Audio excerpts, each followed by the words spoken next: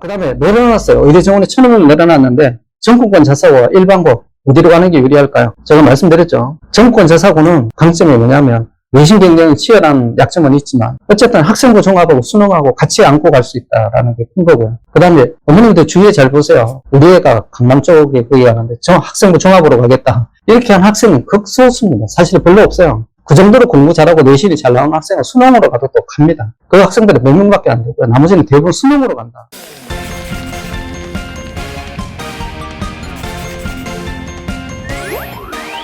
안녕하세요. 김진우 수장입니다.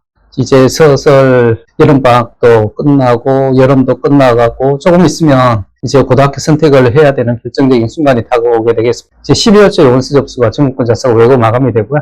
그래서 이제 일반고도 그때쯤 이제 원서를 쓰셔야 되는데 과연 어느 고등학교를 가야 될지 고민이 많으실 줄 생각하고 있습니다. 그래서 도움이 되고자 제가 어머님들에게 가이드되는 10가지 사항을 준비를 해봤습니다. 그래서 요걸 이제 어머님들이 한번 보시면 고등학교 결정하는데 많은 도움이 되리라고 생각합니다. 어머님들이 이제 많이 질문하시는 것을 10개로 제가 분류를 해봤습니다. 거기에 대해서 이제 핵심적으로 중요한 사항을 말씀드릴 테니 어머님들이 많이 참고해 주시면 감사하겠습니다. 첫 번째, 전국권 자사고 그리고 이제 외고나 국제고 가서 내신이 나올까 하는 것이 한마디로 말씀드리자면 작년보다는 올해가 유리하다. 왜 유리하냐면 2025학년도부터 이제 내신 9등급제가 5등급제로 변동이 되었습니다. 우리가 최상위권의 기준이라고 말하는 20에서 25% 사이가 대체적으로 보면 3등급, 예전 같은 건 3등급이죠. 누적 23%가 3등급까지니까. 근데 그 부분이 이제 3등급 기준으로 그냥 말씀드리자면 3등급이 올해는 누적 66%까지로 변동이 됐습니다. 그렇다고 해서 66%가 다 들어갈 수 있다는 건 아니겠죠. 그 다음에 또 전국권 자사고와 또 전국권 자사고 중에서도 이제 학교별로 차이가 좀 있고요. 그 다음 외고는 또 특히나 어떤 차이가 있냐면 지방과 서울의 격차가 조금 존재합니다. 현실적으로. 그래서 그 부분을 감안을 하셔야 되는데 제가 보는 그 데이터상 지금까지 항상 나온 거를 보면 약 상위 25% 정도가 그래도 최상위권 대학, 서울대, 연대, 고대는 다 진학을 하는 것 같아요. 다는 아닙니다. 물론 전국권 자사고는 그 범위가 25%보다 더 넘어가게 되죠. 그 다음에 또 재수생을 포함하느냐 안 하느냐에 따라 틀리게 되는데요. 제가 지금 말씀드리는 기준은 재수생을 뺀 현역생 기준입니다. 그래서 보통 25% 전후를 기준을 하게 되는데 그 전후 기준을 따졌을 때는 확실히 더 유리하게 내년부터는 진행이 될 가능성이 높다라는 걸 일단 말씀드리겠습니다. 그 다음 여기 또 저 좋은 건 뭐냐면 의대 입학 정원이 1,500명 올해 늘어나게 됐는데요. 근데 그게 이제 2026학년도부터 계속 그렇게 1,500명씩 늘어날 거냐라는 것은 또 지켜봐야 되겠습니다. 일단은 지금 현재 그걸 기준으로 말씀드릴 거고요. 그리고 제가 보는 개인적인 견해로는 아마 2026학년부터는 1,500명 수준에서는 감소할 가능성이 더 높은 것 같습니다. 첫 번째 질문. 전국권 자사고 외고 가서 내신이 나오겠느냐? 개인별 차는 있지만 제가 보기에는 작년 입학생보다는 올해 입학생이 그래도 더 유리한 국면이 있다는 것은 틀림없이 말씀드릴 수 있습니다. 그래서 어머님들이 이 부분을 좀 참고를 하시면 좋겠습니다. 다음 질문이 뭐냐면 전국권 자사고는 지방이라서 학원이 없는데 수능 대비하는 학생 같은 경우는 서울 지역이나 그런 쪽에 있는 게 낫지 않나요? 이런 말씀을 하시는 거예요. 저도 동의하는 바입니다. 우리나라 수능은 개인적으로 이렇게 하는 것보다는 학원에 의존해서 하는 학생들이 훨씬 많고요. 또 학원 시스템이 워낙 또 잘 돼 있다 보니 도움을 받는 학생들이 많은 걸로 알고 있습니다. 저도 그 부분에 어그리를 하고요. 동의를 하고. 근데 이제 제가 이렇게 항상 보고 있으면 실제적으로 수능 잘 받는 학생들이 고등학교 가서 열심히 해가지고 갑자기 중학교 때 공부를 잘 못하다 고등학교 때 올라가서 확 뛰어가는 학생들은 숫자적으로 그렇게 많지 않다. 제가 보기에는 한 10에서 20% 사이 정도, 20%는 채 안 되는 것 같아요. 그러니까 예를 들면 중학교에서 중하위권에 있다가 고등학교 올라가서 되게 공부를 열심히 해요. 그래서 이 학생이 고등학교에서 상위권으로 진입한다. 이런 비율은 생각보다 낮았어요. 약 10에서 15% 정도? 그 정도 선 봐야 되는 게 현실적이지 않을까 싶습니다. 그래서 안 된다는 얘기는 아닌데 현실적인 장벽이 존재합니다. 왜 그러냐면 워낙 선행을 좀 빨리 하는 학생들이 많잖아요. 그런 최상위권 학생들 중에서는. 그래서 그 벽을 깨기가 생각보다는 쉽지 않은 것 같다. 그런데 불가능한 건 아니다. 수능은 그렇습니다. 근데 내신은 좀 별개라는 걸 제가 여기에 말씀드리고 싶어요. 내신은 왜 그러냐면 범위가 정해져 있잖아요. 그래서 그 정해진 범위 내에서 똑같이 경쟁을 벌이는 거기 때문에 내신이 수능보다는 조금 그래도 장벽이 덜한데 근데 학교마다 또 장벽이 있어요. 그래서 이런 면에서 보면 또 일반고가 내신의 장벽이 조금 수월한데, 근데 그 면에서는 또 강남 지역 이런 쪽은 그게 수월하다고 말씀드릴 수는 없을 것 같아요. 수능이나 거의 비슷한 벽이 존재한다는 걸 제가 다시 한번 말씀드리겠습니다. 수능도 힘들지 않을까요? 거기에 대한 해답을 제가 드리고 싶은데요. 첫째, 전혀 가능하지 않은 것은 아니다. 그러나 힘든 건 사실이야. 수능으로 했을 때 2025학년도 뭐 올해 이제 아마 2024년 11월에 수능 이제 나온 걸 보면 알겠지만 킬러 문항을 배제한다고 지금까지 이제 모의고사 시험이 그런 식으로 했는데 여전히 어렵더라는 대다수 통계로 나와 있습니다. 그래서 제가 보기에는 예전에 킬러 문항을 없앤다는 게 킬러 문항을 없앤다고 그래서 변별력을 없앤다는 건 아니기 때문에 변별력을 없으면 아예 절대평가로 가는 게 맞겠죠. 그러니까 제가 보기에는 수능을 절대평가로 가야 정상인 것 같은데 우리나라가 수능을 절대평가제가 아니라 상대평가제로 이렇게 점수를 가지고 서열을 세우는 이상은 제가 보기에는 변별력 있는 문제를 출제하지 않을 수 없다라는 걸 말씀드리고 그래도 이제 뭐 정부에서 교육과정 평가원을 통해서 이제 킬러 문항 이런 건 너무 어려운 거는 좀 배제를 시키자라는 쪽으로 가기 때문에 그래도 조금 더 낫지 않을까라는 거고. 그 다음 지방으로 가면 사교육에 이제 그런 것들이 의존하는 게 좀 없어지니 어떻게 해야 되느냐. 그럼 인강을 많이 하셔야 되고요. 근데 인강을 내가 소화를 하자면 중학교 때까지 내가 배운 실력이 굉장히 중요하다. 그래서 만일 품었거나 외고를 간 학생들은 올 겨울 방학이 굉장히 중요한 시기라는 걸 제가 말씀드리고 싶습니다. 들어가서 끝나는 게 아니라 이제 그 수능이나 이런 쪽을 생각하는 학생이면 겨울 방학을 열심히 대비를 해야 될 거다라고 말씀드릴 수 있겠어요. 자, 그래서 뭐 그럼 어떻다는 얘기야? 뭐 이런 한마디로 말씀드리자면 절대적으로 말씀드리자면 학원 그 중에서도 이제 유명한 학원이 없는 지방에서 수능 대비하는 것은 실제적으로 힘들 수 있다라는 것을 말씀드립니다. 그래서 대부분의 지방에 있는 유명한 전국권 자사고는 뭐 예를 들면 지방에 있는 전국권 자사고, 민사고, 그 다음에 용인의 의대부분은 좀 별개인 것 같아요. 경기도이기 때문에.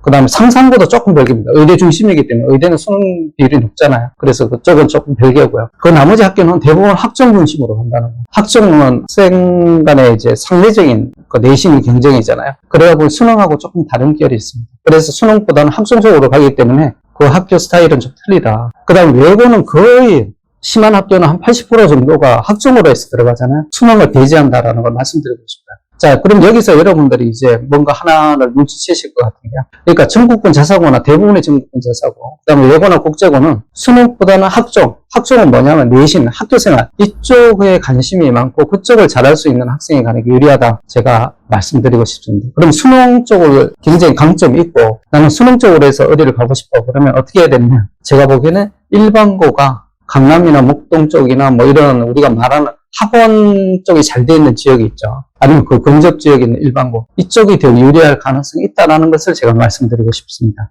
자, 뭐 도움이 되셨는지 모르겠어요. 그 다음에 세 번째 질문. 이건 인문계 학생들한테 나오는 경우인데요. 자, 우리 학생은 경영이나 경제 요즘 이제 그런 쪽을 많이 찾잖아요. 어문 계열보다는 경영 경제 계열을 희망하는데 외고 가면 이게 좀 불리하지 않겠습니까? 뭐 이런 질문들을 많이 하세요. 자, 지금 데이터적으로 보면 경영 경제를 진학하는 학생이 2019학년도에 보면 외고에서 51%예요. 국제고는 62.9%고요. 지금 이제 2024학년도 최근 통계 자료 나오지 않았는데 여기에서 그렇게 큰 변동은 없는 것 같습니다. 제가 보는 서울 지역에 뭐 대원외고는 조금 더 심하고요. 나머지 학교에서는 약 30% 이상이 인문사회계열의 사회과학 계열이라고 말하는 경제과학, 그 다음에 심리, 사회학 이런 쪽으로 가는 것 같아요. 그러니까 순수하게 예를 들면 도고동문학, 일어일문학, 영어영문학 이런 쪽으로 가는 학생들 비율은 약 3분의 1 정도밖에 되지 않는 것 같아요. 제가 이제 지도하는 학생들이 대학 가는데 이제 상담을 해오는 걸 보면 그 정도 되는 것 같습니다. 그래서 어머님들이 그 부분에 대해서는 크게 염려하지 않아도 된다. 왜냐하면 진학 데이터가 그걸 그대로 말해주고 있다. 외고가 만약에 경영이나 경제가 하는데 그렇게 불리하다면 그 많은 인원들이 3분의 1 정도 되는 인원들이 그렇게 진학을 할 수가 없어요. 그러니까 어머님들이 이 부분은 데이터를 신뢰하셔도 좋을 것 같습니다. 자, 한마디로 말씀드리자면 불리하지 않다. 이렇게 말씀드리고 있겠어요. 그 다음에 강남이나 목동 지역의 일반고가 전국권 자사고나 외고보다 낫지 않을까?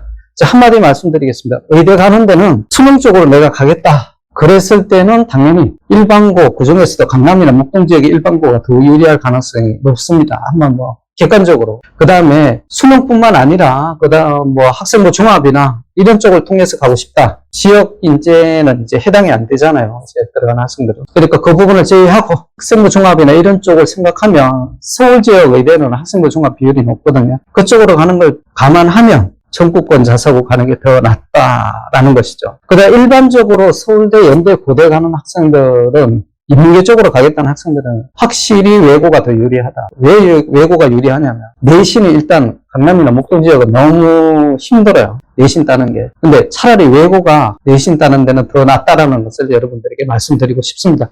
어차피 들어가는 비율은 외고가 더 높아요. 일반고가 강남이나 목동 지역이 더 높은 이유는 뭐냐면 이게 20개월 쪽에 진학 실적이 포함되는데 그 학생들이 대부분 7대3의 비율로 더 많아요. 그러니까 실제 20개월만 딱 따져보면 예를 들면 모 지역의 학교에서 우리 학교에서 뭐 현역생만 기준으로 해서 100명이 서울대 연고대를 갔어. 그럼 그중에 70명은 20개월입니다. 그럼 30명 정도가 한 거예요. 실제로 비율은 제가 보기엔 8대2입니다. 근데 이제 뭐 외고나 이런 쪽 250명 정원이 전부 다 인문사회계열이 제가 알기로는 거기에서 한 80에서 100명은 현역생 기준으로 해서 심한 경우에 100명까지 가는데 뭐 요즘 그런 경우가 있는지는 잘 모르겠지만 제가 보기에 보통 평균적으로 한 80에서 90명 사이로 가는 것 같아요. 그럼 비율적으로 보면 30% 정도가 서울대 연대 갑니다. 현역생 기준으로 해서. 그러니까 어머님들이 외고 쪽 가는 학생들은 강남이나 목동보다는 확실히 외고가 낫다. 인문계열 쪽으로 최상위권 진학을 하고 싶은 학생들은. 그런데 20계열 중에서 수능 쪽 가는 학생들은 강남이나 목동 지역의 일반고를 제가 추천을 해드리고요. 그 다음에 학종까지를 포함했을 때는 전국권 자사고를 가는 게 더 유리할 수 있다. 이렇게 말씀드리겠습니다. 자, 그 다음에 또 이제 많이 하시는 질문이 과학고 영재고를 가기 위해서는 열심히 이제 심화 수학을 하잖아요. 근데 이제 사실 많이 못 가죠. 그럼에도 불구하고 막 이렇게 하는 게 나중에 고등학교 진학을 해서 수학 성적에 도움을 받지 않을까라는 어머님들이 질문이 있어요. 이게 무슨 말씀이냐면 우리 애가 영재가 아닌 것 같아요. 우리 애가 천재가 아닌 것 같아요. 그 다음 우리 애가 확실히 뭐 이쪽에 대해서는 굉장히 뛰어난 자질이 있거나 그렇지는 않은데 천재들이 간다는 영재들이 간다는 수재들이 간다는 과학고 영재고 학생들의 수학을 같이 어렸을 때부터 시키면 이 학생의 선행 진도가 굉장히 빨리 나가고 하기 때문에 나중에 고등학교 진학해서 수학을 공부하는데 굉장히 도움을 받지 않겠냐 이렇게 물어보시는 어머님들이 생각보다 많으신데요. 저는 영재의 가능성이 있다. 그 다음에 내가 보기에는 그거 영재의 가능성이라는 굉장히 주관적인 견해라서. 그래서 학생이 아무튼 수학적 적성이 있는 것 같고, 흥미를 많이 가지고 있고, 과학적인 호기심이 충만하다. 그랬을 때는 조기 교육도 한번 해볼 만하다고 생각합니다. 근데 영재라는 게 소위 말해서 10분의 1도 안 되는 거잖아요. 영재라는 비율이. 어머님들이 한번 객관적으로 자제분을 보시고요. 만약 영재의 자질이 보인다. 그러면 조기교육, 초4나 그 정도부터 시키는 거 저는 그렇게 반대하지 않습니다. 근데 그렇지 않았을 경우에는 그냥 이공계 같으면 1년이나 2년 정도의 선행을 기준으로 해서 공부를 시키시는 게 훨씬 나중에 보면 학생이 우리가 말하는 번아웃 현상에 걸리지 않는다. 어머님 너무 이렇게 하시면 학생들도 스트레스 받아서 나중에 되면 거기 질려버려요. 꼭 도움이 되지 않는다는 아니지만 도움이 안 될 확률이 더 높다. 조심스럽게 제가 말씀드려봅니다. 나중에 가면 예전에는 KMO 공부 많이 했었죠. KMO 해가지고 고등학교 올라갔더니 그렇게 큰 차이가 없어요. 실제적으로 보면. 근데 어렸을 때 고생만 되게 한 거죠. KMO 수학하느라고. 그래서 어머님들이 그 부분은 다시 한번 생각해 보셔야 되겠다.